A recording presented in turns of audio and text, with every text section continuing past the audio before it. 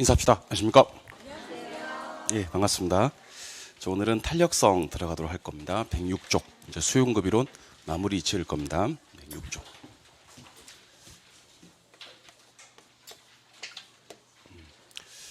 일단 탄력성, 우리가 배우시는 탄력성 종류는 총 4가지가 있습니다. 수요의 가격 탄력성, 수요의 소득 탄력성, 수요의 교차 탄력성, 공급의 가격 탄력성, 이렇게 4가지가 있는데 뭐니 해도 제일 중요한 건 가격 탄력성이에요. 수요의 가격 탄력성과 공급의 가격 탄력성인데 과연 이제 가격 탄력성이 뭐냐?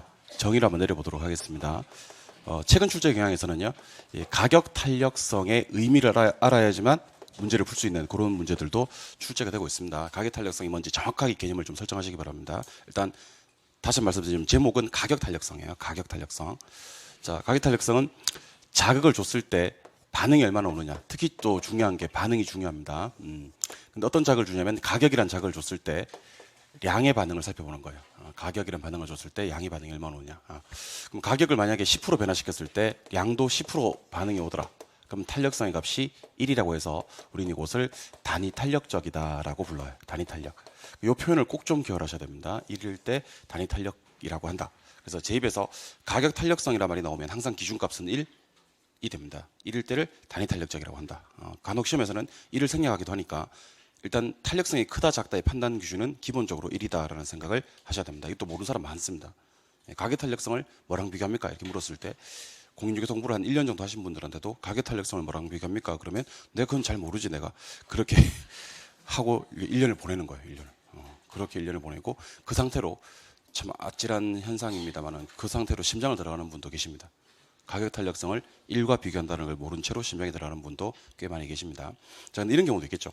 자, 가격을 10% 변화시켰는데 양이 20% 변하더라. 그럼 탄력성이 1보다 커지죠. 이걸 갖다 우리는 탄력적이다라고 불러요. 그럼 탄력성이 1보다 크면 탄력이다라고 부르고요. 반대로 가격을 10% 변화시켰는데 양이 5%밖에 변하지 않았더라. 그럼 탄력성이 0.5니까 1보다 작겠죠. 이걸 갖다 우리는 비탄력적이다라고 얘기를 합니다. 그래서 마음씨 좋은 출제위원들은 수요가 탄력적이다, 비탄력적이다 이렇게 출제를 합니다만은 좀 마음씨 고약한 출제위원들은 탄력성이 크다, 탄력성이 작다, 탄력성이 커진다, 탄력성이 작아진다라고 내기도 합니다. 그때 머릿속에 생략되어 있는 말이 뭐다? 1. 탄력성이 크다는 말은 1보다 크다. 그럼 뭐라고 해석하고? 탄력. 탄력성이 작다는 것은 1보다 작다. 그럼 뭐? 비탄력. 이렇게 해석을 합니다. 그러면 탄력적이려 그러면 가격이 많이 변해야 돼요? 량이 많이 변해야 돼요? 양이 많이 변해야죠. 비탄력적이려 그러면 가격이 많이 변해야 돼요? 량이 많이 변해야 돼요? 가격이. 자꾸 그런 걸 시험 문제 냅니다. 그러니까 수요가 탄력적일 때는 누가 많이 변합니까? 수요가 비탄력적일 때는 누가 많이 변합니까? 그러니까 얘가 많이 변하면 비탄력이고요. 얘가 많이 변해야 탄력인 거예요. 이해하셨어요? 밑에 게 많이 변하면 비탄력, 위에 게 많이 변하면 탄력. 근데 극과 극도 있습니다. 자, 가격을 10% 변화시켰는데 양이 전혀 변하지 않더라. 0이다. 그럼 탄력성의 값이 10분의 0은 0이니까 우리 이것을 완전 비탄력이다. 그래요. 완전 비탄력. 자, 가격을 10% 변화시켰을 때 양이 무한대로 변하는 경우도 있습니다. 이걸 갖다 우리는 완전 탄력적이다. 완전 탄력적이다. 그렇게 얘기를 합니다. 그래서 탄력성은 항상 숫자 3개를 딱 기억하세요. 숫자 3개. 1하고 0하고 무한대. 1 가지고 3개를 만들어냅니다. 그래서 탄력성의 종류는 총 5개. 1일 때는 단위 탄력, 1보다 크면 탄력, 1보다 작으면 비탄력. 이렇게 3개를 만들어내고 0이면 완전 비탄력, 무한대면 완전 탄력. 그래서 제가 가격 탄력성이 최소값이 얼마입니까? 그러면 0 바로 나와야 되고요. 기준값이 얼마입니까? 그러면 1 바로 나와야 되고요. 최대값이 얼마입니까? 그러면 무한대 이렇게 바로 나와야 됩니다. 이거는 제가 지웠을 때도 마찬가지로 여러분들이 해결하실 수가 있어야 됩니다. 탄력성의 기준값은 1, 최소값은 0, 최대값은 무한대. 자꾸 이제 개념을 묻기 때문에 정의를 묻기도 하기 때문에 이런 개념에 기본에 좀 충실하실 필요가 있을 것 같아요. 두 번째, 탄력적이다, 비탄력적이다 이렇게 시험 나와주면 참 좋을 것 같아요. 저도. 완전 탄력적이다, 완전 비탄력적이다 나와주면 참 좋을 것 같은데 간혹 시험에서는 탄력성을 안 주고 그 탄력성의 값을 기울기로 표시하는 경우도 있습니다. 그래서 가격 탄력성과 기울기는 뗄래야 뗄 수 없는 그런 관계입니다. 그런데 탄력성과 기울기 관계는 반비례 관계가 성립을 해요. 반비례라는 것은 알고 계시겠지만 가격 탄력성이 크면 기울기는 작아지고요. 가격 탄력성이 작아지면 기울기는 큰데 이걸 해석을 좀 한번 해볼까요? 예. 가격 탄력성이 크다. 그러면 기울기는 작을 텐데 가격 탄력성이 크다는 말은 뭐보다 크다? 1보다 크다. 그럼 이건 탄력이고 그때는 기울기가 작다. 자, 기울기가 작다라는 표현도 쓰는데 기울기 작다라는 표현 대신에 완만하다는 말을 더 많이 쓰겠죠. 탄력적일수록 기울기는 완만해지는 거예요. 반대로 탄력성이 작다. 반비례라고 했으니까 그때는 기울기가 크거든요. 그러면 탄력성이 작다는 말은 1보다 작다는 것이기 때문에 비탄력이 되고, 그때는 기울기가 크다, 기울기가 가파르게 된다, 이렇게 이해를 하시면 좋을 것 같아요. 그래서 탄력적일수록 기울기는 완만해지고요, 비탄력적일수록 기울기는 가팔라진다라는 생각을 기본적으로 하셔야 됩니다. 자, 그런데 어느 세월에 가격 탄력성과 기울기 관계는 반비례 관계다 해서 이거 크면 이거 작아지고 이거 작아지면 이거 크고 하겠습니까? 그죠? 그래서 저는 가격 탄력성과 기울기 정도는 둘 사이 경계를 허물으셨으면 좋겠어요. 기울기 보고 바로 탄력성을 판단할 수 있어야 되고, 탄력성을 보고 기울기를 바로 판단할 수 있어야 될 것 같습니다. 그래서 제가 기울기를 지금부터 4개를 제시할 건데 이 4개 기울기를 잘 봐주시기 바랍니다. 자, 보세요. 첫 번째 기울기가 완만한 기울기입니다. 물론 이제 해석은 공급 곡선을 가지고 해석을 할 겁니다. 두 번째 기울기는 가파른 기울기, 그다음에 수평인 기울기와 수직인 기울기입니다. 그런 다음에 이제 요 사람은 이제 등산하는 사람이에요. 등산객의 머리를 콕 집어요. 뭐로 집냐면 인형 뽑는 기계 같은 거 있잖아요. 탁 집어서 등산로라고 생각합시다. 이걸 갖다가 등산로 출발점 4개다가 딱딱 이렇게 떨어뜨려 놓는 거예요. 자, 여기까지를 갖다가 제가 뭐라고 할 거냐면 자극이라고 하겠습니다. 그리고 이제 여러분들이랑 저랑 뭐를 지켜보는 거냐면 반응을 지켜보는 거예요. 반응이 많이 오면 탄력이고요, 반응이 조금밖에 안 오면 비탄력이고, 반응이 엄청나게 많이 오면 완전 탄력, 반응이 전혀 안 오면 완전 비탄력이라고 얘기를 합시다. 자, 그러면 뭐 완만한 길이야 많이 움직일 수 있겠죠. 수월하니까 등산하기가 이거 탄력적이다 그래. 근데 가파른 길은 조금 가다 지쳐서 못 움직이겠죠. 그래서 이런 길은 반응이 적게 왔다 그래서 비탄력. 자, 등산으로 단련된 몸을 갖다가 평지에 위치시킵니다. 평지. 그럼 어떻게 되냐면 뛰어갈 텐데 날아갈 텐데. 이런 길은 이제 반응이 엄청 많이 온다 그래서 완전 탄력적이다라고 얘기를 합니다. 마지막 길이 제일 문제인데, 이 수직인 길은요 한 발짝도 못 움직인다라는 생각을 하시는 건데 기본적으로. 그럼 이런 길은 반응이 전혀 없다 그래서 완전 비탄력이다. 그래서 이런 형태로 접근하시면요 기억에 오래 남지만 탄력성과 기울기의 경계를 허물 수가 있습니다. 경계를 허문다는 것은 이걸 생각하고 이걸 생각하는 게 아니고 요걸 떠올리는 순간 바로 요게 떠올라야 되고 요걸 떠올리는 순간 바로 요게 떠올라야 되는 겁니다. 무슨 말 이해하셨죠? 예. 그러니까 그게 바로 떠오르는 작업이 되시면 그 자격시험 칠 때는 정말 좋은 거예요. 이걸 생각해서 이걸 생각하는 게 아니고 요거와 요거는 같은 개념이라는 걸 머릿속에 콱 집어넣는 겁니다. 그럼 한번 해볼게요. 자, 수평이면 완전 탄력, 완만하면 그냥 탄력, 가파르면 비탄력, 수직이면 완전 비탄력. 완전 뭐? 완전 탄탄력 한 것 같은데. 방금 누가 그랬어. 완전 비탄력, 완전 비탄력, 비탄력, 탄력, 완전 탄력. 이렇게 해서 4가지 탄력성과 기울기 관계를 기억을 하시고, 참고로 시험에는 나오지 않지만 요것도 기억은 해놓으세요. 그냥 참고로. 수요에 국한을 했을 때요 요런 기울기가 있어요. 요런 기울기를 탄력성 1이라고 하고요, 아까 1일 때는 제가 단위 탄력적이라고 그랬지 않습니까? 이런 기울기의 모양을 우리는 직각 쌍곡선이라고 합니다. 우리 지난 수업에서 배우셨지만 소득에는 정렬중 그랬잖아요. 근데 정상제 열등제는 답이 될 수 있지만 중간제는 시험에 나오기는 해도 답은 아니었잖아요. 교차에는 대보독 그랬었는데 대체제 보완제는 답이 될 수가 있지만 독립제는 시험 지문에 뜰 수는 있겠지만 답이 되지는 않잖아요. 우리 그 공인중개사 공부하시다 보면 그런 거 상당히 많아요. 그러니까 언급은 되는데 그 지문 5개 중에 뜨기 또 뜨는데 답은 아닌 것들, 그게 대표적인 놈이 직각삼각곡선이에요. 직각삼각곡선은 우리 그동안 시험 30번 치는 동안 시험에 단 한 번도 나온 적은 없는데, 혹시 나온다 하더라도 답이 되지는 않겠는데 그래도 구색 맞추기는 해야 되니까 탄력성의 종류가 5가지니까, 그죠? 그러니까 직각삼각곡선일 때 단위 탄력적이라 부른다, 이렇게 기억을 하시기 바랍니다. 그 다음에 이제 본 게임 들어갑니다. 우리가 배우시는 탄력성은 꼭 A의 비탄력성 이런 구조예요. A의 비탄력성 이런 구조인데, 이게 이제 어떻게 처리가 되냐면 비변화율 분해 A 변화율로 처리가 됩니다. B 변화율 분의 A 변화율. 그러니까 어떤 개념으로 잡아주시면 되냐면 뒤에 거 변화율 분의 앞에 거 변화율 이렇게 하시면 됩니다. 그리고 우리가 배우시는 탄력성은 꼴랑 4개밖에 없습니다. 꼴랑 4개밖에 없는데 그 중에서 2개는 앞에서 배우고 또 왔어요. 그러니까 지금부터 배우셔야 될 탄력성은 2개밖에 없는 거죠. 배운 적이 없는데 배웠다고 하죠. 그러니까 안 배운 것처럼 한 번 더 하면 되니까. 자, 수요의 가격 탄력성이라는 게 있고, 수요의 소득 탄력성이라는 게 있고, 수요의 교차 탄력성이라는 게 있고, 공급의 가격 탄력성이라는 게 있습니다. 공급의 가격 탄력성. 그래서 수요의 가격 탄력성, 수요의 소득 탄력성, 수요의 교차 탄력성, 공급의 가격 탄력성 이렇게 얘기를 합니다. 근데 탄력성 구하는 공식은 항상 뒤에 거 변화율 분의 앞에 거 변화율을 했으니까 수요 가격 탄력성을 구하는 공식은 가격 변화율분의 수요량의 변화율. 수요 옆에다가 양이란 말만 좀 추가해 주세요. 수요 가격 탄력성은 가격 변화율분의 수요량의 변화율. 그러면 수요 소득 탄력성을 구하는 공식은 소득 변화율분의 수요량의 변화율. 이렇게 하시면 됩니다. 그 마지막으로 공급의 가격 탄력성 구하는 공식은 가격 변화율분의 공급량의 변화율. 제가 지금 이렇게 칠판에 씁니다만은 여러분들은 이걸 갖다가 그 그림으로 연상을 좀 시키시기 바랍니다. 수요의 가격 탄력성은 가격 변화율분의 수요량의 변화율, 수요의 소득 탄력성은 소득 변화율분의 수요량의 변화율, 공급의 가격 탄력성은 가격 변화율분의 공급량의 변화율. 근데 유일하게 뒤에 거 변화율분의 앞에 거 변화율이 적용 안 되는 게 딱 유일하게 딱 한계가 있는데 그게 바로 수요의 교차 탄력성입니다. 얘만은 교차 변화율분의 수요량의 변화를 하시면 안 됩니다. 자, 그런데 여러분들 이제 수요 공급 이론을 공부함에 있어서 제가 수요가 조금 더 중요하다고 했던 거 기억납니까? 여기도 보시면 아시겠지만 탄력성의 종류가 4가지가 있는데 그 중에서 수요와 관련되는 탄력성은 3개가 있는 거예요. 수요에는 가격 탄력성도 있고 소득 탄력성도 있고 교차 탄력성도 있고 공급과 관련되어서는 가격 탄력성 하나만 우리가 배우시게 되거든요. 맞나요? 네. 그러면 당연히 수요의 교차 탄력성 요놈도 수요의 가격 탄력성 요놈에 파생되는 탄력성이라는 생각을 좀 하셔야 됩니다. 그래서 수요의 교차 탄력성은 위에 있는 가격 변화율분의 수요량의 변화율을 한 번 더 써줍니다. 여기 위에 거 그대로.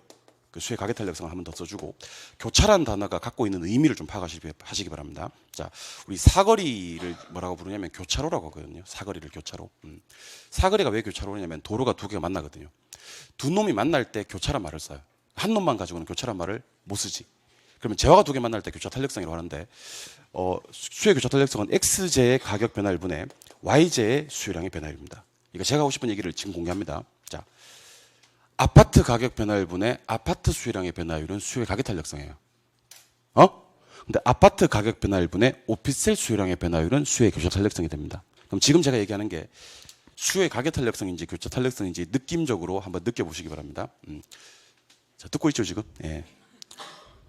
단독주택 가격 변화율분의 단독주택 수요량의 변화율은 수요의 가격 탄력성이고 단독주택 가격 변화율분의 아파트 수요량의 변화율은 수요의 교차 탄력성이 됩니다. 상당히 중요한 얘기입니다. 이 시험에 거의 뭐 매년 나온다고 봐도 과언이 아닙니다. 그러니까 어떻게 생각하시냐면 일단 기본 확구를 잡으셔야 됩니다. 기본 확구는 먼저 가격부터 얘기해야 되고 나중에 수요량을 얘기해야 됩니다. 앞에 건 뭐 가격, 뒤에 건 수요. 그러니까 이게 기본 확구예요. 항상 순서는요. 수요 가격이나 수요나 가격이 아니에요. 순서는 항상 앞에 게 가격, 뒤에 게 수요.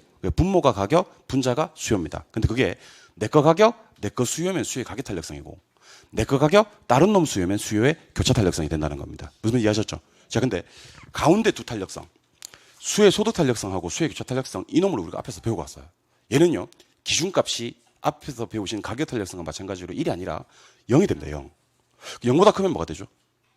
플러스라 그래요. 아니야. 탄력이란 그래요. 플러스라 그래요. 0보다 작으면 마이너스라고 얘기를 합니다. 그리고 부디 이건 적지 마시기 바랍니다. 0보다 크면 플러스고 0보다 작으면 마이너스라는 건 필기를 하지 마시기 바랍니다. 여러분들은 잘 모르시겠지만 여러분들이 이제 학원을 다니잖아요. 그죠? 지금은 잘 모르시겠지만 한 5월, 6월, 7월, 8월 이쯤 되면요. 집에 있는 사람들, 집에 그 남편이나 부인이나 부모님이나 자녀분들이 그 학원 갔다가 요즘 다니는데 뭐 공부하나 하면서 여러분들 샤워하러 들어갔을 때 가방을 뒤지는 일이 종종 있대요. 가방을 뒤지는 일이. 그러니까 모의고사 시험지 같은 거 가방에 함부로 두지 마. 아시겠죠? 예. 그러니까 학원에 간 지가 한 7개월 정도 지났는데 시험지 채점 있는 거 보니까 민법 22.5, 개론 32.5 이렇게 맞으면 여러분들 괜히 과정에 불화가 오기 시작합니다. 여러분들. 학원 간 거 맞아? 막 그러고 막 그렇게 되는 상황이 발생하니까. 근데 거기 이제 뭐 공부하나 싶어서 딱 봤는데 0보다 크면 플러스, 0보다 작으면 마이너스 이런 게 필기돼 있으면 집에 있는 사람들의 상실감은 이루 말할 수 없겠죠. 야, 비싼 학원비 주고 학원 갔더니만 겨우 배우는 게 0보다 크면 플러스란 거고 0보다 작으면 마이너스. 이거 배우느냐 이렇게 얘기를 할 수도 있겠고 우리는 그것도 지금 틀리고 앉았는데 그죠? 1보다 크면 탄력이고 1보다 작으면 비탄력이고요. 0보다 크면 플러스고요. 0보다 작으면 마이너스입니다. 자, 그러면 이거는 플러스인 경우도 있고 마이너스인 경우도 있고 제로인 경우도 있는데 자, 잘 보세요. 이 플러스 마이너스 제로의 의미는 뭐냐면 방향이에요. 방향. 그러니까 핵심이 물론 크기도 아시긴 아셔야 되겠지만 방향이 핵심이에요. 크기가 핵심이 아니란 얘기예요. 그러면 소득과 수요가 같은 방향이면 정상제라 그래요. 반대 방향이면 열등제라고 하고요. 아무 관련 없으면 중간재라고 합니다. 그래서 소득이 증가될 때 수요가 증가되는 재원은 정성지지만 소득이 증가될 때 수요가 감소되어 버리는 재원은 오히려 열등제가 된다는 생각을 하셔야 됩니다. 그리고 X제 가격과 Y제 수요가 같은 방향이면 대체제입니다. 대체제고 반대 방향이면 보완제가 되는 거지. 아무 관련 없으면 독립제가 되는 겁니다. 그래서 우리 지난 수업에서 소득의 정렬중 했었고요, 사실. 그래서 배우고 왔다고 하는 거예요. 교차의 대보독 했었단 말이에요. 특히 중요한 게 교차의 대보독인데 대체제는 한 놈 가격이 상승하면 나머지 한 놈 수요가 반드시 증가하게 돼 있다니까. 반대로 보완제는 한 놈 가격이 상승하면 나머지 한 놈 수요가 감소되게 돼 있다니까. 그러니까 요 소득 탄력성과 교차 탄력성은 기준값이 0이고 플러스와 마이너스로 구분하며 정렬중 대보독으로 해석을 하고 그다음에 우리는 방향에 관심을 가진다는 겁니다. 그런데 우리가 지금 배우실 이제 수요의 무슨 탄력성하고 가격 탄력성하고 수요의 가격 탄력성하고 수요의 무슨 탄력성하고는 공급의 무슨 탄력성하고 가격 탄력성. 가격 탄력성들은요 기준값이 1이에요. 1. 뭐라고? 1. 1보다 크면 탄력. 1보다 작으면 그 얘는 뭐가 중요하냐면 크기가 중요하다는 거예요. 크기가. 방향보다는 오히려. 물론 방향도 안 중요하지는 않습니다만은 크기가 훨씬 중요하다. 그러니까 얘가 10이 변했는데 얘가 5가 변하면 비탄력이라고 부르고요. 얘가 10이 변했는데 얘가 20이 변하면 요거는 탄력이라고 한다는 거지. 선생님 그럼 소득 탄력성이나 교차 탄력성도 중요할 것 같은데 얘는 온지 10인지 10인지 온지 10인지 20인지가 중요한 게 아니고 얘가 올라갈 때 얘가 올라갔는지 얘가 올라갔을 때 얘가 떨어졌는지가 중요하다는 거지. 무슨 얘기 하셨어요? 그러니까 여러분들 시간이 좀 걸려도 좋으니까요. 요 개념을 명확하게 좀 정리를 하시고 그 다음 내용으로 가시는 게 좋을 것 같아요. 우리가 꼴랑 탄력성 4개 배우는데 가운데 두 탄력성인 소득 탄력성과 교차 탄력성은 0과 비교해서 플러스인지 마이너스인지 핵심이다. 그러니까 방향이 더 중요하고 수요의 가격 탄력성과 공급의 가격 탄력성은요 1과 비교해서요 탄력 비탄력을 따져야 되기 때문에 여기서는 방향보다는 크기가 훨씬 더 중요하다라는 생각을 하시는 겁니다. 근데 이 중에서 훨씬 더 중요한 탄력성은 수요의 가격 탄력성이에요. 근데 우리가 지금 배우시는 탄력성들은 전부 다 정성적 지표냐 정량적 지표냐 하는 문제에서요. 정량적 지표라 그래요. 그러니까 지표가 두 가지가 있는데 정량적 지표는 뭐냐면 수치화하는 지표고요. 정성적 지표라는 것은 말로 풀어서 설명하는 지표거든요. 그러니까 수요의 가격 탄력성은 가격이 변했을 때 수요량이 얼마나 변하는지를 수치하는 지표이기 때문에 정성적 지표가 아니라 정량적 지표다. 이거는 한 번만 듣고 앞으로 공부 안 하셔도 되니까 저 따라 한번 해보세요. 정량. 그러니까 정량이란 말만 따라 하시고 정성이 나오면 X가 되는 거예요. 아시겠죠? 예. 자 그러면 훨씬 더 중요한 탄력성이 수요의 가격 탄력성이긴 한데 공급의 가격 탄력성을 먼저 좀 보도록 할게요. 자, 수요의 가격 탄력성과 공급의 가격 탄력성에서도 뭐는 적용되냐면 법칙은 적용됩니다. 법칙. 수요 법칙과 공급 법칙이요. 그럼 수요 법칙은 비례 반비례. 반비례. 공급 법칙은 비례. 그럼 가격이 상승하면 수요량은 줄어야 정상이에요. 근데 가격이 상승하면 공급량은 늘어야 정상입니다. 그래서 여기 와서 갑자기 저한테 선생님 가격이 상승하면 수요량이 왜 줄고 가격이 상승하면 공급량이 왜 늡니까? 그러면 내가 다음 지도를 못 나가는 겁니다. 그러니까 가격과 수요량은 반비례 관계가 수요 법칙이고요. 가격과 공급량은 비례 관계가 공급 법칙이다라고 지난주에 제가 P를 토하면서 강조했던 그런 내용이거든요. 그래서 아마 이 근처에 P가 있을 거예요. 제가 아직 얼마 안 됐으니까 P는 없더라도 혈흔이 남아 있을 거예요. 국가수액 감정 의뢰하면 제 P가 어디 있을까? P를 토하면서 강조를 했으니까. 자 그럼 갑니다. 가격이 상승합니다. 가격이 상승하면 공급은 뭐예요? 증가됩니다. 가격이 상승하면 공급량은 증가됩니다. 근데 이렇게 증가되는 경우가 있어요. 이렇게. 그리고 이렇게 증가되는 경우가 있어요. 그리고 전혀 안 증가되는 경우가 있을 거예요. 자, 밑에 게 자극 맞나요? 위에 게 반응 맞나요? 그럼 첫 번째는 반응이 많이 왔나요? 이걸 공급이 탄력적이다 그래. 두 번째는 반응이 적게 왔나요? 공급이 비탄력적이다 그래. 세 번째는 반응이 없나요? 그럼 이거는 완전 비탄력적이다 그래. 그러니까 공급은 어떨 때 탄력적이라고 하고 어떨 때 비탄력적이라고 하고 어떨 때 완전 비탄력적이라고 하냐면 가격 상승했을 때 공급 잘 되면 공급 탄력, 조금밖에 안 되면 공급 비탄력, 전혀 안 되면 공급 완전 비탄력으로 하는데 이걸 배운 적 있느냐? 예, 배운 적 있습니다. 지난주 P를 토하면서 강조했던 그런 내용인데요. 이 근처에 P가 있을 텐데요. 물단장 했었습니다. 물단장. 근데 제가 물단장 할 때는 그냥 물단장 하지 않았죠. 물단장 했습니다. 자, 물리적 공급은 완전 비탄력의 수직, 단기는 비탄력의 가파름, 장기는 탄력의 완만함. 기억나십니까? 그러니까 물단장. 물리적은요, 40개가 40개 되는 거예요. 가격을 아무리 올려도요, 공급량은 40개에서 고정돼 있어서 반응이 전혀 없어. 완전 비탄력의 수직. 단기는 공급이 잘 안 돼. 비탄력의 가파름. 장기는 공급이 잘 되지. 탄력의 완만함. 그래서 공급에서는 제일 많이 나오는 게 장기 공급과 단기 공급이 제일 많이 나오는 거예요. 그러니까 장기에는 공급이 탄력적이고 단기에는 공급이 비탄력적이다. 이렇게 기억을 하시기 바랍니다. 그래서 따라해 보세요. 장탄, 단비. 요거는 수요에 가도 마찬가지거든요. 그러니까 수요일 때도 수요도 당길 때는 수요가 탄력적이고 장길 때는 탄력적이고 당길 때는 비탄력적이거든. 공급도 장길 때는 탄력이고 당길 때는 비탄력이야. 그래서 처음부터 그냥 외워버리세요. 장탄에 단비가 내리네 이렇게. 장탄에 단비가 내리네, 장탄에 단비가 내리네 이렇게 암기를 하시기 바랍니다. 가뭄에 내리는 정말 고마운 비를 단비라 그래요. 그 암기할 때 단비, 당길 때는 비탄력적이다 그렇게 외우시고, 장탄은 무슨 뜻이냐면 모르겠어요. 그래서 어떤 지역이 있다 그러긴 그러던데 일단 장탄은 뭔 말인지는 제가 모르겠어요. 잘 모르겠어요. 잠길 때는 탄력. 무슨 뜻이다? 모르겠어요. 당길 때는 뭐? 비탄력적이다. 그건 내가 확실하게 알고 있습니다. 가뭄에 내리는 고마운 비를 단비라고 합니다. 알겠죠? 뭐에 뭐가 내리네? 장탄에 단비가 내리네. 그러니까 대부분 이거예요. 시험에는 이것만 신경 써도 돼. 사실은 신경 써도 되는데, 출제위원들이 여러분들 저기 뭐 이런 얘기를 해도 될지 모르겠는데, 출제위원들 중에서는요 마음이 약간 꼬여있는 출제위원들도 있습니다. 마음이 약간 꼬여있는 출제위원들. 그러니까 출제를 하면서 정상적인 걸 내도 우리 수험생들 많이들 틀리는데, 그걸 갖다 자꾸 꼬우는 출제위원들도 있어요. 실제로 막 꼬아요. 제가 봤을 때는 그런 출제위원들 같은 경우는 말해도 될지 모르겠지만 그런 출제위원들 같은 경우는 불우한 학창 시절을 보냈던 것 같아요. 친구도 별로 없고 공부만 했고 불우한 학창 시절을 보내다 보니까 대중들에 대한 어떤 감정 자체가 별로 좋지 않은 사람들이 있을 수도 있지 않겠나. 그래서 막 이렇게 괴롭히는 것이 이제 자기가 출제라 위원이라는 권력을 갖고 막 괴롭히고 막 그런 거 아닌가 싶어요. 그런 사람들은 꼭 문제를 이렇게 냅니다. 자 보세요. 생산에 소요되는 기간. 자, 소요란 말이 제일 중요한데요.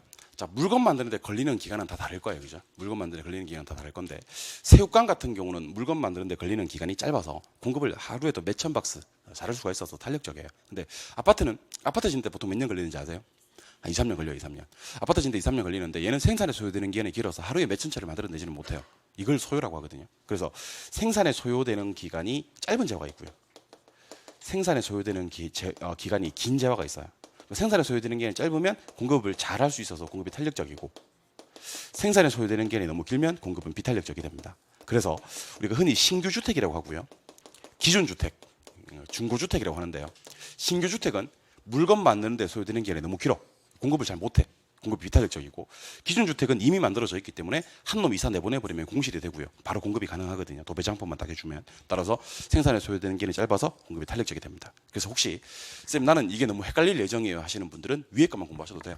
위에 것만 공부하셔도 되는데, 그러면 이제 돌발 사태에 대비를 못하니까 혹시 안정적으로 공부를 하고 싶으신 분들은 밑에 것도 같이 공부하시면 좋습니다. 근데 혹시 벼룩 잡으려다가 초과 3관 다 태울 예정이실 분들이 계시잖아요. 쌤 그렇게 나오시겠다면 나는 그걸 헷갈려 버릴 테야. 이런 사람들 있잖아요. 그죠? 그런 사람들은 뭐라도 장탄에 단비 내리는 거라도 기억을 하시고, 근데 안 헷갈릴 자신 있는 분들만 지금 들어와. 알겠죠? 헷갈릴 것 같으신 분들은 나가고, 안 헷갈릴 자신 있는 분들만 지금 들어와요. 자, 출발합니다. 시험에서는 장기란 표현 대신에 뭐 관찰 기간이 길다, 측정 기간이 길다 이렇게 되기도 해요. 어떤 식으로든지 길다, 기간을 많이 줬다라는 개념이 나오는 거지. 장길 때는 탄력. 조금밖에 안 줬어. 당길 때는 비탄력. 장탄에 단비가 내리니까. 맞아요? 근데 그게 아니고 생산에, 자, 잘 들어요. 생산에 생각합시다. 소요되는 기간이 너무 길면 공급하기가 쉽다, 어렵다? 어렵다. 공급, 비탄력. 생산에 소요되는 기간이 짧으면 공급하기 쉽다, 어렵다? 쉽다. 공급, 탄력. 그냥 장단기랑 소요되는 기간이 짧다, 길다의 개념은 다르다라는 느낌으로 일단 넘어가 주시면 좋습니다. 알겠죠? 근데 뭐니 해도 가장 중요한 건 수요의 가계 탄력성입니다. 그래서 제가 아까 다시 일로 한번 나오실래요? 수요의 가계 탄력성은 가격 변화율분의 수요량의 변화율이라고 그랬잖아요. 그죠? 근데 지금 이제 공개해야 될 것 같아요. 수요의 가계 탄력성은 유일하게 절대값을 씌우는 탄력성입니다. 절대값. 그러니까 다 절대값이 없어요. 다 절대값이 없는데 우리가 배우시는 탄력성 공식 중 유일하게 절대값을 씌우는 공식이 수요의 가계 탄력성입니다. 자, 그럼 실판 한번 볼까요? 왜 수요의 가계 탄력성은 절대값을 씌워야만 하는지에 대해서 공개를 합니다. 자, 방금 제가 수요의 가격 탄력성을 구하는 공식은 가격 변화율분의 수요량의 변화율을 하신 다음에 절대값을 씌운다 그랬습니다. 절대값을 씌운다. 절대값을 씌우는 이유. 일단 절대값이 뭔지부터 알아야 되겠지. 2에다가 절대값을 씌워도 2고요. 마이너스 2에다가 절대값을 씌워도 2가 됩니다. 절대값 의미는 안에 있는 부호 신경 쓰지 않고 다 플러스로 만들어 버리겠다. 우리 이것을 절대값이라고 합니다. 자, 근데 보세요. 가격을 10% 올려. 그럼 수요량이 20% 줄어. 그럼 탄력성이 마이너스 2가 나와요. 그럼 가격을 10% 내려볼까? 그럼 수요량은 20% 늘어. 그럼 역시 이제 마이너스 2가 나오는 겁니다. 자, 근데 수요의 가격 탄력성은요, 마이너스가 나오면 안 됩니다. 왜 안 되는지 공개할까요? 최소값이 얼마?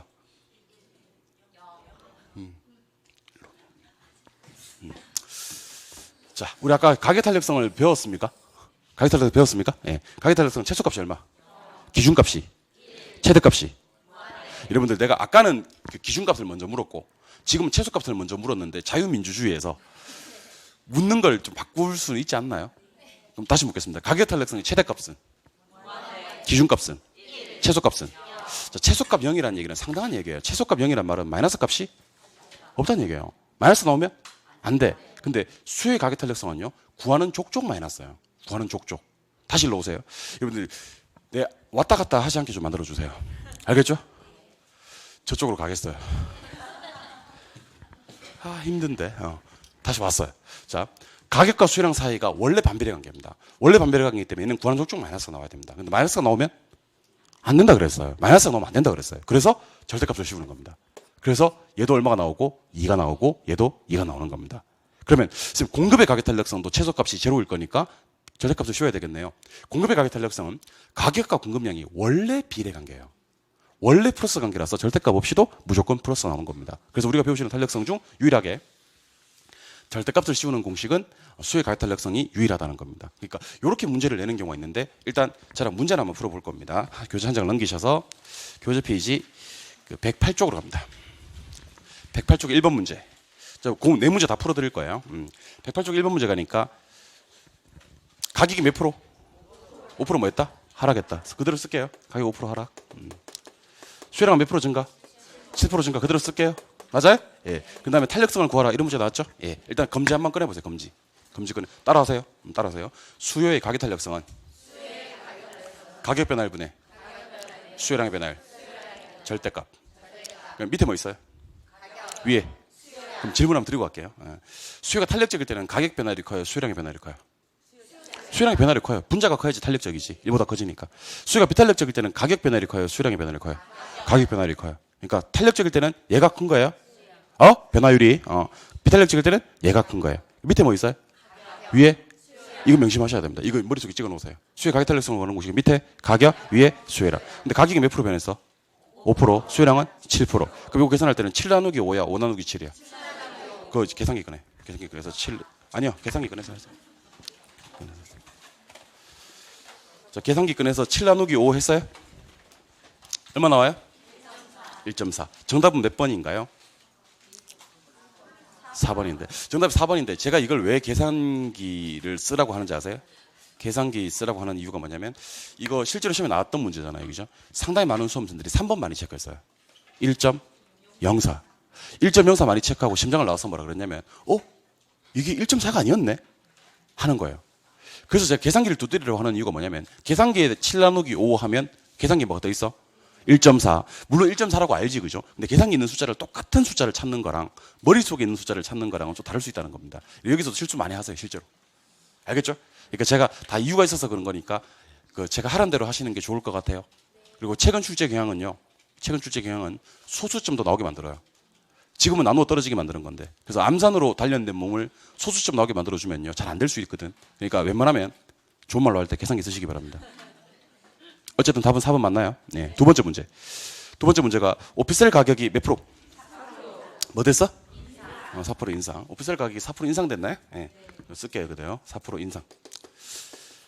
탄력성, 수요 가격 탄력성 얼마라고? 2. 이때 이제 수요량의 변화가 얼마가 되는지를 물었습니다. 일단 대답부터 하세요.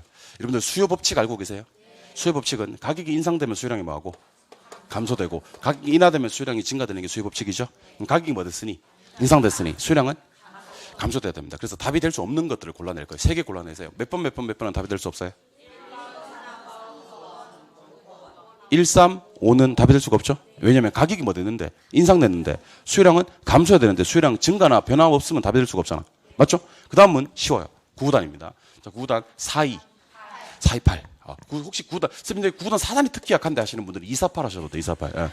2, 4, 8 하셔도 되고. 어쨌든 8%. 자, 그럼 이 문제 핵심은 8%가 핵심이에요. 수요 법칙이 핵심이에요. 법칙의 핵심입니다. 제가 이 얘기를 왜 하냐면요. 상당히 많은 수험생들이 지금 답은 몇 번인데? 4번인데 3번 많이 체크했어요. 3번. 그래놓고 3번 체크하신 분들의 특징이 뭐냐면요. 이 문제 핵심은 법칙이 핵심인데 몇 배가 핵심인지를 잘못 착각하시고 이제 들어가신 분이지. 그래서 8%가 4번에 있었네 하는 거예요. 8%가 4번에 있었네. 8%가 중요한 게 아닌데 8%는 국어는 할 줄 아는 사람이면 누구나 할 줄 아는 건데. 그래서 이 두 문제를 갖다가 풀 줄 아시는 분들도 실수를 줄이기 위해서 저 따라 한번 해보세요.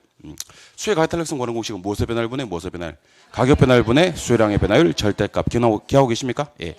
탄력적이려면 뭐가 많이 변해야 되고요. 이게 많이 변해야 되고요. 비탄력적이려면 이거 많이 변해야 됩니다. 자, 잘 보셔야 됩니다. 이거 주고 이걸 구하는 문제는요. 이거 나누기 이거 합니다. 뭐 나누기 뭐야? 이거 주고 이거 구하는 문제는요. 법칙부터 먼저 적용하시고 몇 배 하는 겁니다. 뭐부터 적용? 그리고 몇 배 하는 겁니다. 법칙이 중요해? 몇 배가 중요해? 법칙이 훨씬 중요합니다. 몇 배는 지문 5개 중에 2개는 몇 배가 있을 거니까. 일단 법칙부터 중요합니다. 그럼 가격이 인하되면 수요량은 뭐 돼요? 증가되고요. 가격이 인상되면 수요량은 뭐예요? 감소. 왜요? 법칙이니까. 가격과 수요량은 원래 어떻게 움직이니까? 반비례로 움직이니까. 이해하셨어요? 예. 두 번째. 이번에는 최초점 기준으로 탄력성 구하는 방법이 있고요. 최초점. 두 번째는 이제 중간점 기준으로 탄력성 구하는 방법이 있습니다. 오늘 날씨 좀 덥네, 그죠? 예, 오늘 초여름 날씨라 그러던데. 날씨가 좀 덥네. 더워, 씨. 불쾌지수가 더우면 높아지는데. 예. 덥네. 선풍기 좀 틀까? 그쪽이 선풍기 좀 가져와 달라고 그래. 부원장님한테. 선풍기. 선풍기 틀고 가야 되겠다. 덥다.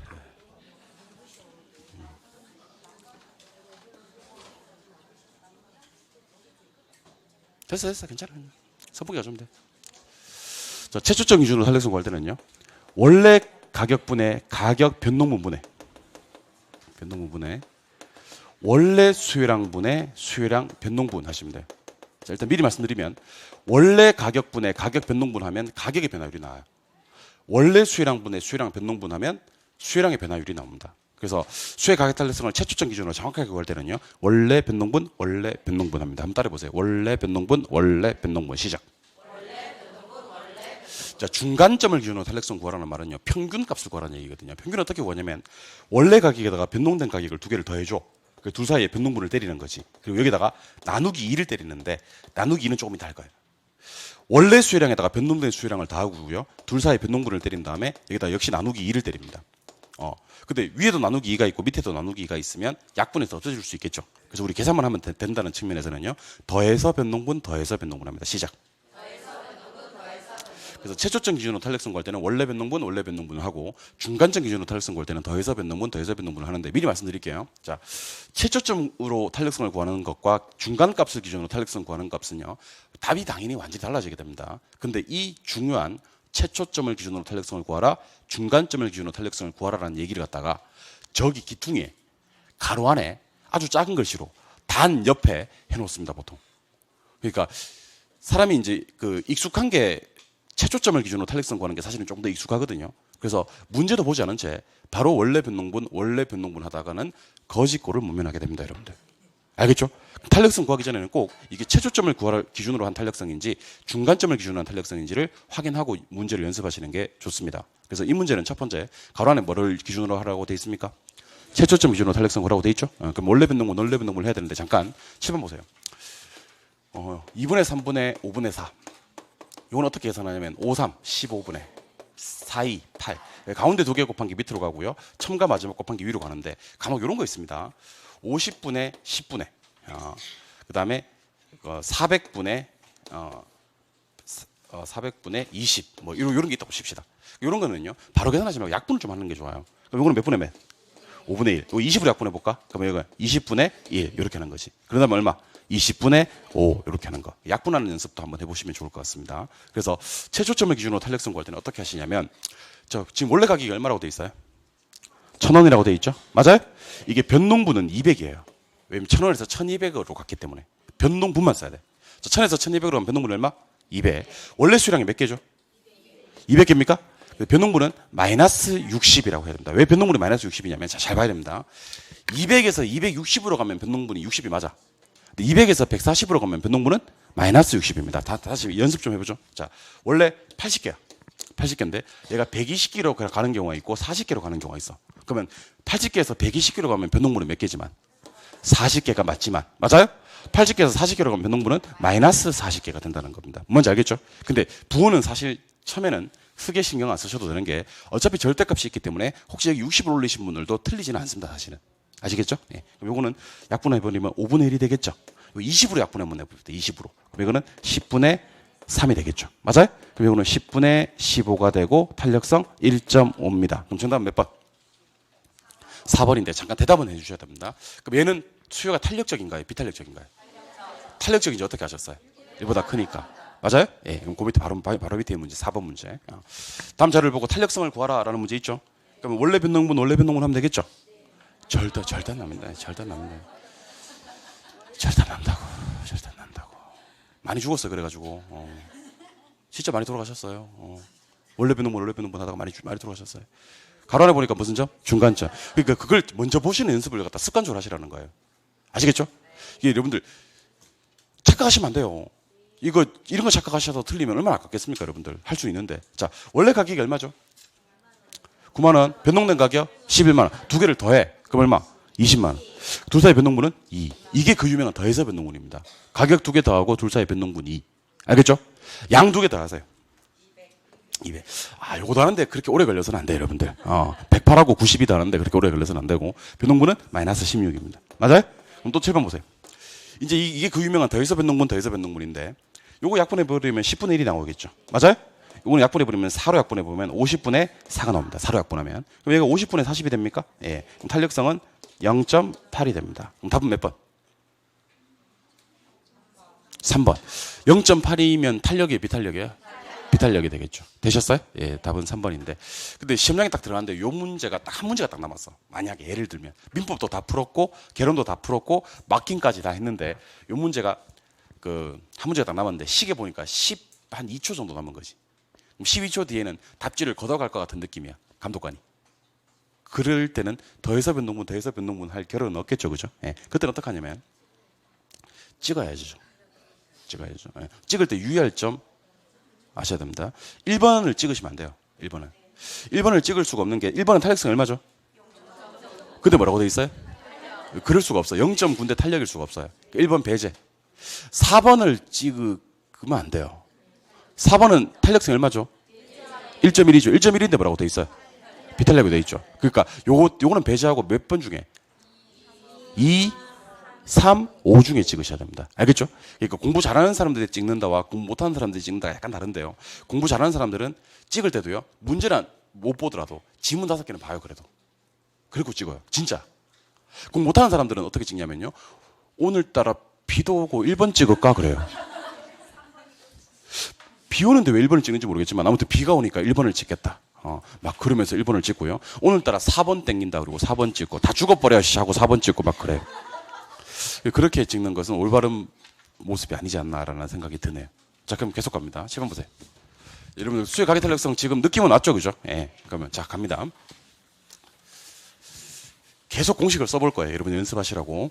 그리고 수의 가계 탄력성 공부하실 때는 절대로 의도적으로 진도를 빼지는 않겠습니다. 천천히 할 거예요. 문제도 다 풀어드립니다. 문제도 다 풀어드리면서 최대한 천천히 가도록 할 겁니다. 7번 보세요.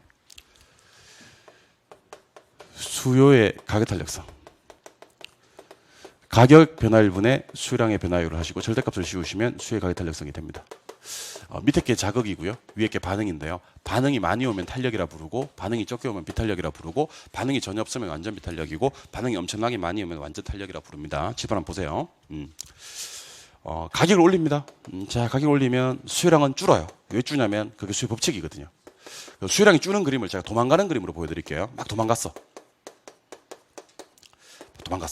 첫 번째는 가격 올렸을 때 도망을 많이 갔죠. 예, 반응이 많이 왔다. 그래서 수요가 탄력적이다. 그래. 두 번째는 가격 올렸을 때 도망을 적게 갔죠. 수요가 비탄력적이다. 그래. 그럼 이번엔 가격을 한번 내려볼게요. 가격을 내리면 사러 오는데요. 첫 번째는 많이 사러 왔어요.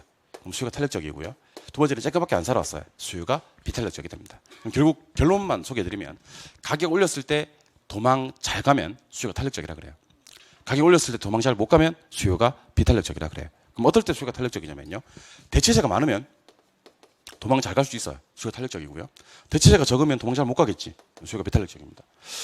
장탄, 단비. 장길 때는 탄력적이고 단길 때는 비탄력적인 이유가 장길 때는 대체재를 많이 만들어낼 수가 있거든요. 단기는 대체재를 많이 못 만든단 말이지.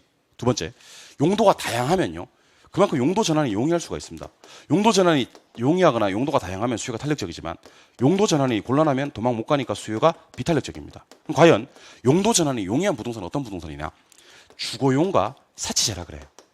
그럼 용도 전환이 곤란한 부동산은 어떤 부동산이냐? 상공업용과 필수재라 그래요. 느낌 왔겠지만 칠판 한번 보시기 바랍니다. 자, 단독주택과 빌라와 아파트의 공통점은요. 주거용인데 주거용은요. 이사만 가주면 돼요. 하루만 해도 이사는 되거든요. 전환이 쉽다 그래요. 주가 탄력적이지만 학원에서 호프집을 하려고 그래요. 호프집에서 노래방을 하려고 그러고 그러면 인테리어 하는데 적어도 2, 3주는 잡아야 될 겁니다. 가방 공장에서 신발 공장을 하려고 그래요. 신발 공장에서 자동차 공장을 하려고 그러고 안 될 가능성이 많고요. 된다 하더라도 기계, 전력, 설비를 다 뜯어 고쳐야 됩니다. 그러니까 수요가 비탄력적일 수밖에 없다. 꼭 필요하지 않은 재화를 사치재라고 하고요. 꼭 필요한 재화를 필수재라고 하는데 꼭 필요한 필수재는 도망 잘 못 가. 수요가 비탄력적이고 꼭 필요하지 않은 사치재 같은 경우는 많이 줄여도 관계없단 말이지. 수요가 탄력적입니다. 이해하신 분들은 이걸 지우겠습니다. 이 정도는 지금 머릿속에 다 넣어놓는 게 좋습니다. 자, 지금 한번 해보죠. 제가 물었을 때 탄력과 비탄력으로 외쳐주시고 자신 없으면 짧게 얘기해 주시고 하면 됩니다. 더 자신 없으면 안 하면 되고. 자, 한번 해봅시다. 대체재가 많으면 탄력, 적으면 비탄력, 전환이 용이하면 탄력, 곤란하면 비탄력, 당기면 예? 비탄력, 장기면 탄력, 상공업용은 비탄력, 주거용은 탄력, 사치재는 탄력, 필수재는 비탄력. 그런 식으로 어떨 때 수요가 탄력적이고 비탄력적인지를 기억하시는데 요거랑 결부지어서 꼭 하나 기억하셔야 될 내용이 하나 있으니 그게 바로 총수입입니다. 총수입. 뭐 임대 수입 그러기도 하고 전체 수입 그러기도 하는데 끝날 때 수입으로 끝나야 됩니다. 수입. 자, 그럼 보세요. 수입 구하는 공식은요. 자, 일로 한번 놔볼까요? 수입 구하는 공식은 가격 곱하기 수량입니다. 가격 곱하기 수량. 그러면 뭐가 나오냐면 총수입이 나옵니다. 자, 우리 부동산 학교는 전체에서 총수입은 두 번에 걸쳐서 좀 중요하거든요. 지금 수요 공급 이론에서도 가격 곱하기 수량은 총수입이다. P 곱하기 Q가 총수입이에요. 지금은 곱하기로 얘기를 할 거고요. 우리가 다음 주 정도 수업을 진행하게 될 건데 다음 주에 우리가 어떤 개념을 배우시냐면 전용 수입, 경제지대, 총수입 할 거거든요. 그때는 총수입을 더하기로 표시를 할 거예요. 총수입은 전용 수입과 경제지대 합이다라고 얘기를 할 거예요. 그때 제가 이번 앞에서 총수입 곱하기로 한번 해봤었는데 총수입이 곱하기로 뭐예요? 그러면 P 곱하기 Q, 가격 곱하기 수량 이렇게 얘기해 주시고 나중에는 전용 수입 플러스 경제지대로 총수입을 얘기하기도 할 겁니다. 어쨌든 요 앞에 가니까 붕어빵 아저씨가 계시는데요. 붕어빵 한 마리에 500원 하는 거 500원. 그렇기 때문에 수량이 100개 파셨대 100개. 그럼 이 아저씨 수입은 얼마냐면 5만 원이거든요. 근데 이 아저씨의 목적이 뭔지 아세요? 수입의 극대화예요. 이 아저씨는 어쨌든 돈을 많이 벌고 싶을 거예요. 그런데 다음날 갔더니만 가격을 1,000원 받고 있어요. 그러면 수입은 10만 원 되겠네. 1,000만 원 말씀입니다. 이게 줄기 때문에 10만 원이 안 돼. 그럼 가격을 250원 받으면 수량이 2만 5천 원 줄겠네. 1,000만 원 말씀입니다. 가격을 250원으로 줄이면요. 양이 수요량이 늘기 때문에 판매량이 늘기 때문에 수입은 2만 5천 원인 게 아니라는 거지. 그래서 기업에서 가격 정책을 펼 때는요. 절대로 뭐만 보지 않냐면 가격만 보지 않습니다. 가격에 대응하는 수량도 같이 봅니다. 그럼 가격과 수량을 같이 볼 수 있는 지표가 있느냐? Of course. Sure. 가격이 변했을 때 수량이 얼마나 변하는지 측정하는 지표를 수요의 가격 탄력성이라고 하거든요. 자, 그러면 수요가 탄력적이야. 뭐 물론 완전 탄력적일 때도 관계없는데 완전 탄력은 시험 안 나오니까 그냥 탄력이란 말만 있으면 돼. 이때는 가격을 인상시키잖아요. 다 도망가 버려. 다 도망가 버려. 가격 지금 올렸다가 피보는 거야. 오히려 수입이 줄어. 알겠죠? 이게 뒤에 게 너무 줄어서. 반대로 가격을 인하시킵니다. 인하시키면요. 엄청나게 살아옵니다. 엄청나게. 수요가 탄력적일 때는. 즉 수요가 탄력적일 때는요. 저가 정책으로 총수입 증가를 도모하셔야 됩니다. 저가 정책으로. 알겠죠? 근데 수요가 비탄력적이야. 물론 완전 비탄력적도 관계없는데 완전 비탄력은 시험에 안 나와. 비탄력이라고만 나와. 비탄력만 있으면 돼. 이때는 가격을 인하시키면요. 별 재미를 못 봐. 별로 안 사러 와, 안 사러 와. 근데 가격을 인상시키면 도망을 가요, 못 가요? 못 가지. 그러니까 수입이 늘어나는 거예요. 그래서 결국 수요가 비탄력적일 때는요. 가격을 인상시키는 고가 정책으로 수입을 증가를 도모하셔야 된다는 얘기입니다. 그래서 이거는 여러분들이 지금 개념이 섰으면 좋겠어. 제가 물었을 때 총수입 증가, 총수입 감소를 한번 얘기해 보세요. 자, 대답하세요. 수요의 탄력성이 1보다 크다. 그럼 탄력이야, 비탄력이야? 머릿속에 생각하고 계셔요? 그때 가격을 올렸어, 수입은. 감소. 가격을 내려야 수입이 증가. 이해하셨어요? 수의 탄력성이 1보다 작아. 그 머릿속에 비탄력. 가격을 올렸어. 수입은 그렇지 증가됩니다. 가격을 내리면 오히려 수입이 감소. 요거 이해하신 분들은요 한번 생각해 보세요. 내가 개업을 했어요.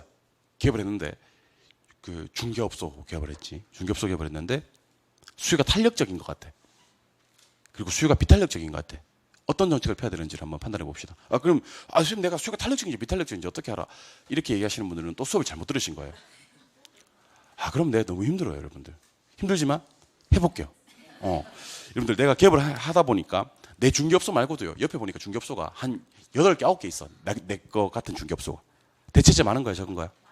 대체재 많을수록 수요는 탄력적이다. 그럼 이 지역은 먹을 게 좀 있는 거야, 없는 거야? 좀 있는 거니까 내가 중개업소 말고 7개, 8개 있는 거지. 근데 의뢰인이 와서 이렇게 얘기를 하는 거지. 수수료를 갖다가 한 20만 원만 깎아달래. 그러면 계약서를 쓰겠다 그래. 그러면 깎아줘야 돼? 아니면 절대로 깎아주면 안 돼? 깎아줘야 됩니다. 대신에 계약서를 많이 써야 됩니다. 대신 많이 쓸 거리가 여기 이 지역에는 있는 것 같아, 없는 것 같아? 있는 것 같네. 맞죠? 저가 정책이 좋은 거예요.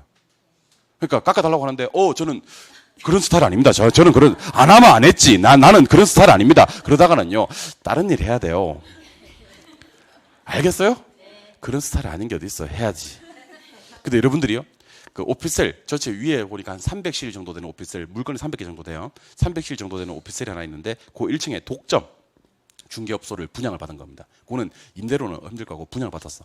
그러면 이제 독점이니까 대체재가 없네? 그럼 수요가 비탄력적이지? 그 의뢰인이 와서, 여기 명단도 내가 다 갖고 있고요. 근데 내가 독점이야. 근데 의뢰인이 와서 수수료 20만 원만 깎아주면 내가 오늘 계약서를 쓰겠대. 그럼 뭐라고 해야 됩니까? 저 그런 스타일 아닙니다. 라고 얘기해야 됩니다. 그런 스타일 아닙니다. 가세요. 라고 합니다.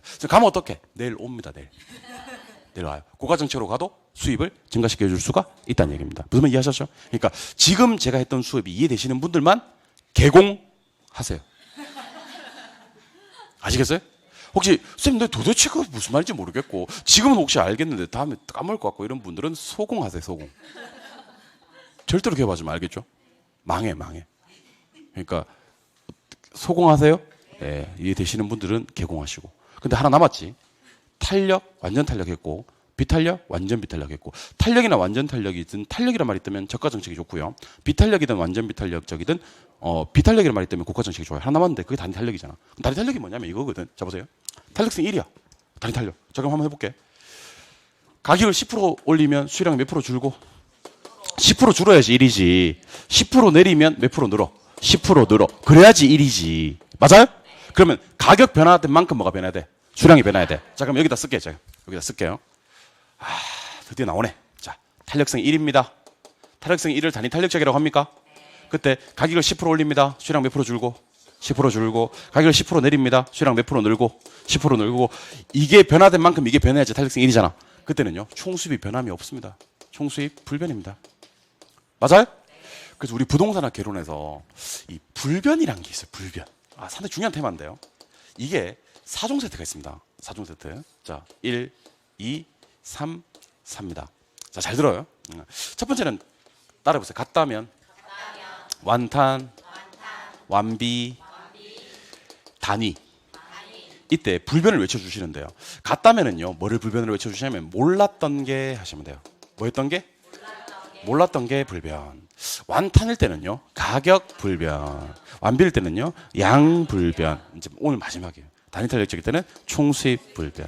여러분들은 지금 여러분들이랑 저랑 지금 어떤 상태에 와 계시냐면요, 불변 4개가 탄생되는 그 신비를 저랑 함께 하고 계십니다, 여러분들.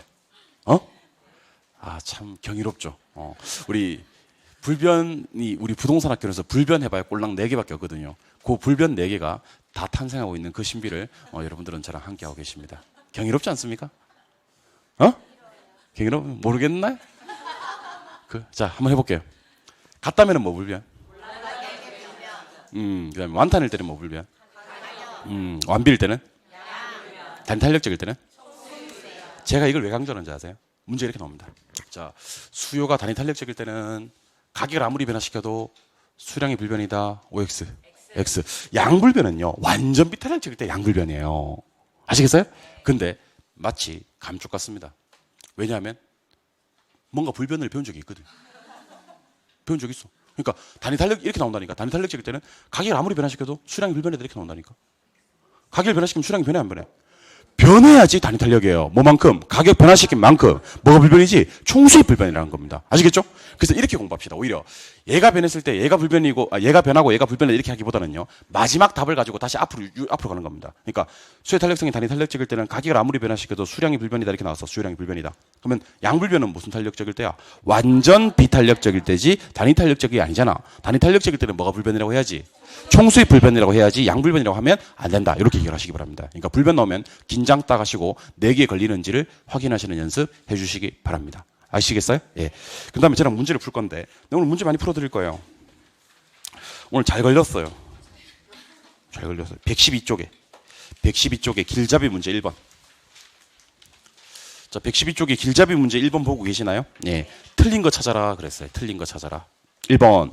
어느 부동산과 밀접한 대체재가 시장에 출현한다면 그 부동산에 대한 수의 탄력성은 이전보다 커진다. OX. 오. 대체재 많아지면 수의 탄력성은 커지죠? 대답 좀 하세요. 수의 탄력성이 이전보다 커진다 그랬잖아요. 뭐보다 커진다는 얘기예요? 1보다 커진다는 얘기예요. 1보다 커진다가 뭐죠? 탄력. 그럼 이 말은 대체재가 많아지면 수는 탄력적이 된다 이 얘기야. 맞나요? 네. 2번. 수의 가격 탄력성은 가격이 변할 때 수량이 얼마나 변하는지를 나타내는 정성적 지표이다. OX. X. 정, 양. 그러니까 여러분들 정성이라는 말은 입 밖에 꺼내지 마세요. 그 나쁜 단어는 내가 여러분들은 꽃길만 걸으세요. 아시겠죠? 틀리는 단어는 내가 다 안고 자폭할게요. 여러분들 입에는 정성적 지표라는 단어는 입에도 꺼내지 마시고 자꾸 정량 하시다 보면요. 시험 지문에 정성이라고 뜨면 상당히 어색해. 어색한 거 체크하면 돼. 아시겠어요? 답은 2번인데 이 문제는 답 2번이 한 개도 안 중요해. 2번이 한 개도 안 중요하고 3번, 4번, 5번이 또 왜 맞는지를 확인하시는 겁니다. 3번 갑니다. 수의 가격 탄력성이 1보다 크다. 그럼 뭐죠? 탄력적일 때 임대료를 상승시켜버렸지. 그러면 상상을 좀 해봐. 탄력적인 임대료 상승시키면 다 도망가 버리잖아. 그럼 임대업자의 수입은 뭐 한다? 그럴 수밖에 없겠지. 4번. 공급의 가격 탄력성은 단기에 비해 장기에 더 탄력적이다. 어디에 뭐가 내려요? 장탄에 담비가 내리는 거 맞아요? 여기서는 뭘 찾느냐면 주어를 찾는 게 중요합니다. 여기서는 단기에 비해 한 개도 안 중요합니다. 단기에 비해 이거 한 개도 안 중요합니다. 은 이 가가 중요합니다. 은 이 가는 주어 뒤에 붙는 조사 아닙니까? 그러니까 주어 찾습니다. 어디에? 장기에. 이게 주어예요. 장기에 더 탄력적이다. 장. 맞네. 5번 갑니다. 수의 가격 탄력성이 완전 탄력적이다 그랬어요. 자, 손. 예, 완전해. 공급이 뭐 있어요? 증가했어요. 그때는 임대료는 변하지 않고 양만 증가한다. 임대료는 가격과 같은 말이라 그랬으니까 가격이 불변이고 양만 증가한다. 완탄일 때 불변 맞아요? 예. 답은 몇 번? 2번. 답 2번인데 답 2번이 중요한 게 아니고 1, 3, 4, 5가 왜 맞는지가 중요합니다. 아시겠죠? 오른쪽에 2번 문제로 갑니다. 2번 문제. 수의 가격 탄력성에 대한 설명 중 틀린 것을 찾아라. 그런 말 있죠? 자, 1번. 미세한 가격 변화에도 무엇이 수요량이 무한히 크게 변하는 경우를 완전 탄력적으로 한다. 자, 저 보시고. 수의 가격 탄력성 구하는 공식 시작. 가격 변화를 분해 수요량의 변화. 근데 이게 엄청나게 많이 변하면 완전 탄력이라 그래. 누가? 수요량이 무한히 크게 변하는 경우는 완전 탄력적이다. 맞나요? 예. 2번. 대체재 존재 여부는 수의 가격 탄력성을 결정하는 중요한 요인 중 하나이다. 3번. 일반적으로 부동산 수에 대한 관찰 기간이 길어진다. 이게 장기야. 장기예요. 관찰 기간이 늦으면 장기인데 그때는 수의 탄력성은 뭐한다? 커진다 해야지. 장기일 때는 수요가 단. 탄력성 커지는 겁니다. 답은 3번. 4번. 일반적으로 재화 용도가 다양할수록 수의 가격 탄력성은 커진다. 어때요? 맞고 용도가 다양하거나 용도 전환이 쉬울수록 수요는 탄력적이라고 했으니까 수요가 많다는 것은 비탄력적이라는 것은 다시 잘 보세요. 수의 가격 탄력성 구하는 공식은 무엇의 변화를 분해 무엇의 변화를 가격 변화를 분해 수요량의 변화. 얘가 많이 변하면 비탄력. 얘가 많이 변하면 근데 비탄력이라고 그랬어? 그러면 무엇에 비해? 가격 변화율에 비해 수요량의 변화율이 작다. 맞네. 얘가 많이 변하고 얘가 적게 변한다는 얘기네. 맞아요? 그럼 비탄력 맞거든. 그 답은 몇 번? 3번. 문제 다 해석할 수 있어야 됩니다. 네. 이번에는 계산 문제 퍼레이드 가도록 하겠습니다. 115쪽. 자, 115쪽에 가시니까 길잡이 문제 1번 문제가 보이십니까? 예. 여러분들 요거 아끼지 않고 제가 다 풀어드리겠습니다. 원래 심화이론 수업은 문제를 많이 푸는 시기는 아니거든요. 이론을 좀 깊이 있게 들어가는 시기인데 문제풀이를 많이 해서 여러분들 응용력을 좀 높여드리도록 하겠습니다. 그리고 당장 3월 말에 제1회 모의고사가 있단 말이야. 제1회 모의고사 부동산학 개론은 정말 쉽게 냈습니다. 너무 쉬워서 손이 오그라들어서 죽는 줄 알았습니다. 한번 도전해 보시기 바랍니다. 진짜 쉽게 냈습니다. 진짜 쉽게 냈습니다. 꿈과 희망을 드리는 문제 1회 모의고사입니다. 여러분들께 꿈과 희망을 드리기 위해서 민법쌤이 어떻게 출제할지 몰라. 내가 쉽게 준비했습니다. 아시겠죠? 결혼 이번에 너 몇 점 맞았어? 내 4개 틀렸어. 막 이런 일이 발생할 수 있습니다, 여러분들. 아시겠죠? 풀어보시기 바랍니다. 궁금해요? 그럼 풀어보시기 바랍니다. 1번 갑니다.